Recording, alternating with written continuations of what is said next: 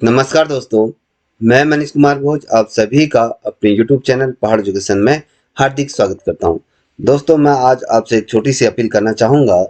इस अपील पे अवश्य मनन करें। सभी भाई बहन आज 19 अप्रैल को अपना कीमती वोट डालने अवश्य जाएं।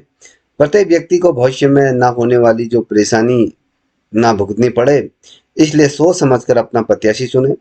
इस बार प्रत्येक व्यक्ति महंगाई, रोजगारी, बढ़ती हुई बेरोजगारी को देखकर फैसला करें, किसे वोट देना है और किसे नहीं। विचार आपके, फैसले आपके, वोट आपका। निश्चित रूप में एक सशक्त सरकार चुनने में अपनी भागीदारी आप अवश्य निभाएंगे, ऐसी मेरी आशा है। आइए दोस्तों, शुरुआत करते हैं। आज का हमारा जो टॉपिक रहने वाला है, एलटी का जो फर्स्ट पेपर है का जो महत्वपूर्ण टॉपिक आज लेके उपस्थित हुआ हूँ, इन्वायरमेंट पेडागोजी से संबंधित महत्वपूर्ण प्रश्न। दोस्तों, आज का जो पहला प्रश्न आपके सामने मैं साझा करने जा रहा हूँ वो इस प्रकार से है। गृह कार्य, कक्षा, टेस्ट, दक्ष कार्य इत्यादि को किस मूल्यांकन में शामिल किया जाता है? अब देखिए, यहाँ पर 4 ऑप्शन दिए हैं। 4 ऑप्शनों से एक ऑप्शन आपको पिक करना है। देखिए, रचनात्मक मूल्यांकन में या सकलात्मक मूल्यांकन में या व्यापक मूल्यांकन में या इनमें से कोई नहीं। तो दोस्तों, वो कौन सा ऐसा मूल्यांकन है जिसके अंदर इसको सम्मिलित किया जाता है? तो देखिए, हमेशा जो भी गृह कार्य हो या क्लास टेस्ट हो या जो भी है, उसको रचनात्मक मूल्यांकन के अंतर्गत रखते हैं। ठीक है। अब यहाँ पर दूसरा प्रश्न आप देख पा रहे होंगे। दूसरा प्रश्न क्या कह रहा है?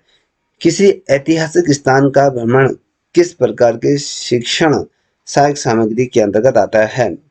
देखिए दोस्तों, सभी लोगों ने अपने स्कूली जीवन में कभी ना कभी शिक्षण भ्रमण अवश्य किया होगा।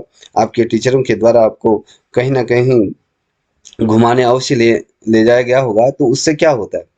उससे अगर हम देखें, 4 ऑप्शन दिए हैं तो उसमें से एक होगा।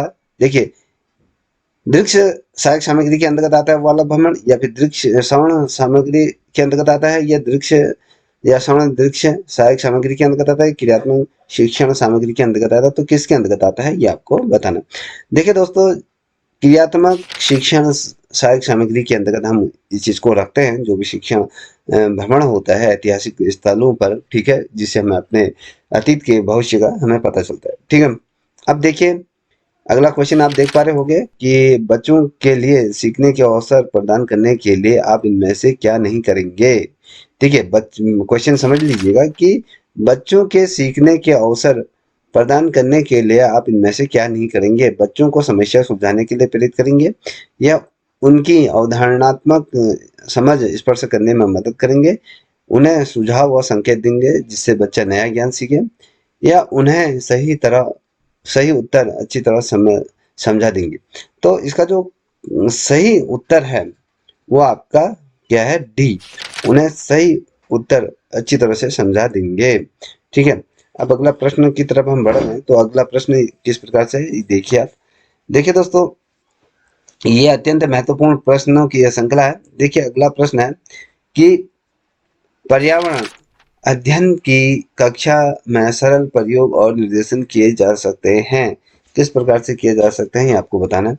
बच्चों के विचार पर चर्चा करने, अवलोकन व विश्लेषण दर्ज करने के लिए, या फिर कक्षा में अनुशासन सुनिश्चित करने के लिए, कक्षा में अनुकरण कौशल को बढ़ावा देने के लिए, या बच्चों को स्वयं सीखने व आत्मनिर्भर बनाने के लिए। तो किसमें किया जाता है ये आपको बताना है। तो दोस्तों, इसका अगर मैं सही उत्तर बताऊं आपको, तो बच्चों के लिए, के विचारों पर चर्चा करने के लिए, अवलोकन व संश्लेषण विश्लेषण दर्ज करने के लिए किया जाता है। याद रखिएगा, इसका जो पहला है आपका ऑप्शन ए सही है। ठीक है। अब बात करेंगे, अगले प्रश्न की तरफ बढ़ रहे हैं। तो अगला प्रश्न क्या कह रहा है? पर्यावरण अध्ययन में किस पाठ्य पुस्तक में पहेलियां शामिल करने का क्या सही क्या उद्देश्य नहीं है? कहने का मतलब है, इसको समझिएगा, पुनः दोबारा इसको दोहराते हैं। देखिए, कह रहा है कि पर्यावरण अध्ययन में की पाठ्य पुस्तक में पहेलियां शामिल करने का क्या उद्देश्य नहीं है? बच्चों के अवलोकनात्मक चिंतन शक्ति विकसित करना, या फिर सृजनात्मक क्षमता व उत्कृष्टता को विकसित करना, या बच्चों में तर्क शक्ति का विकास करना, या अमूर्त अवधारणाओं को सरलता से समझाना, क्या इसमें है? देखिए, इसका जो मेन उद्देश्य होता है, ऑप्शन डी इसका सही उत्तर है।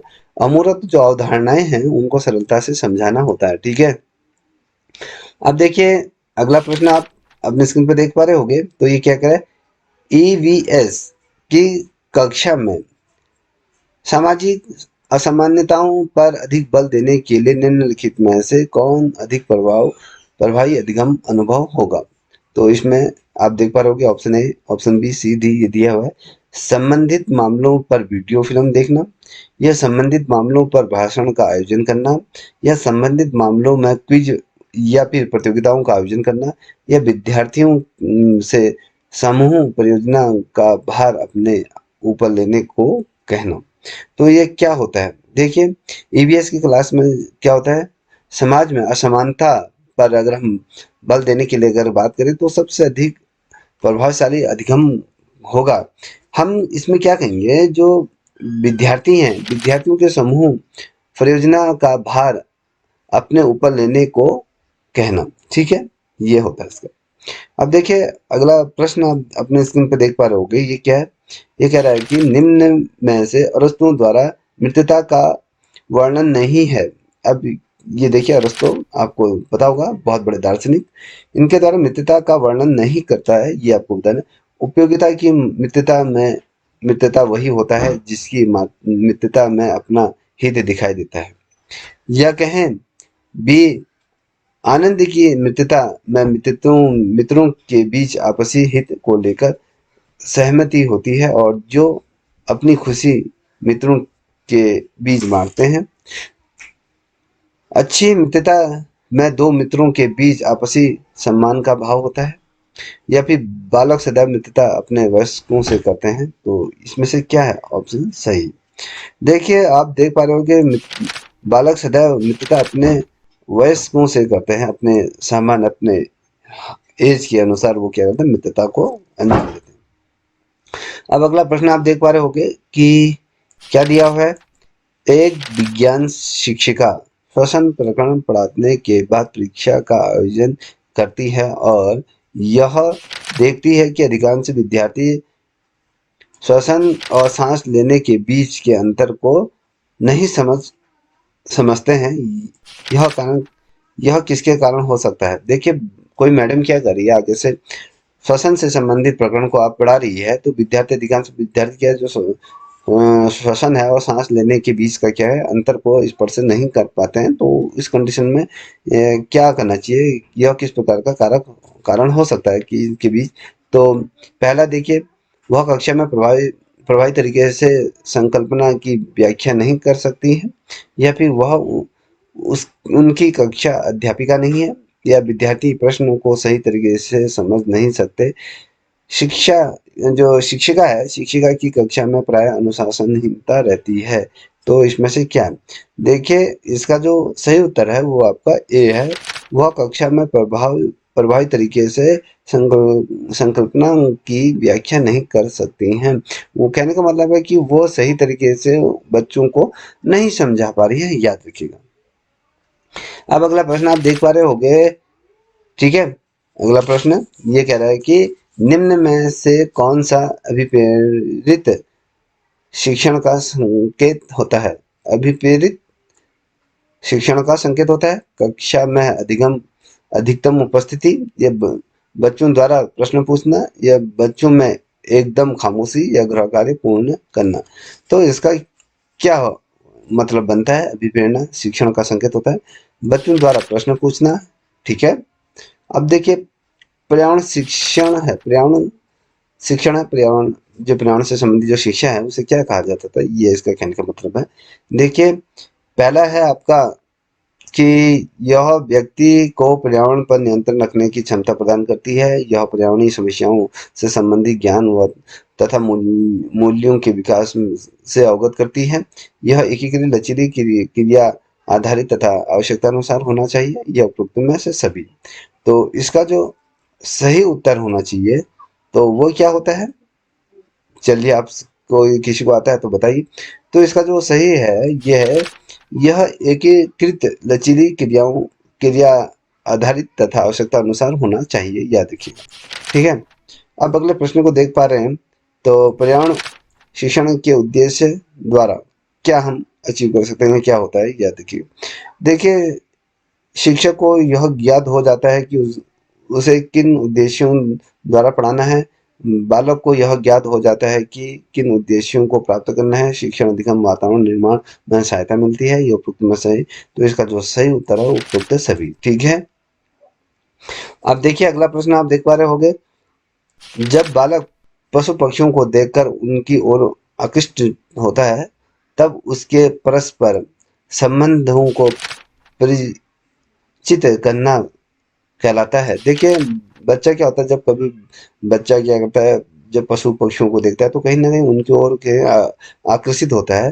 तो उनके बीच जो परस्परी जो संबंध होता है, उसको क्या कहलाता है, वो क्या करना चाहिए? तो ये व्यावहारिक व्यावहारिक शिक्षा या वातावरण के माध्यम से शिक्षा, सामाजिक शिक्षण या उपरोक्त में से सभी।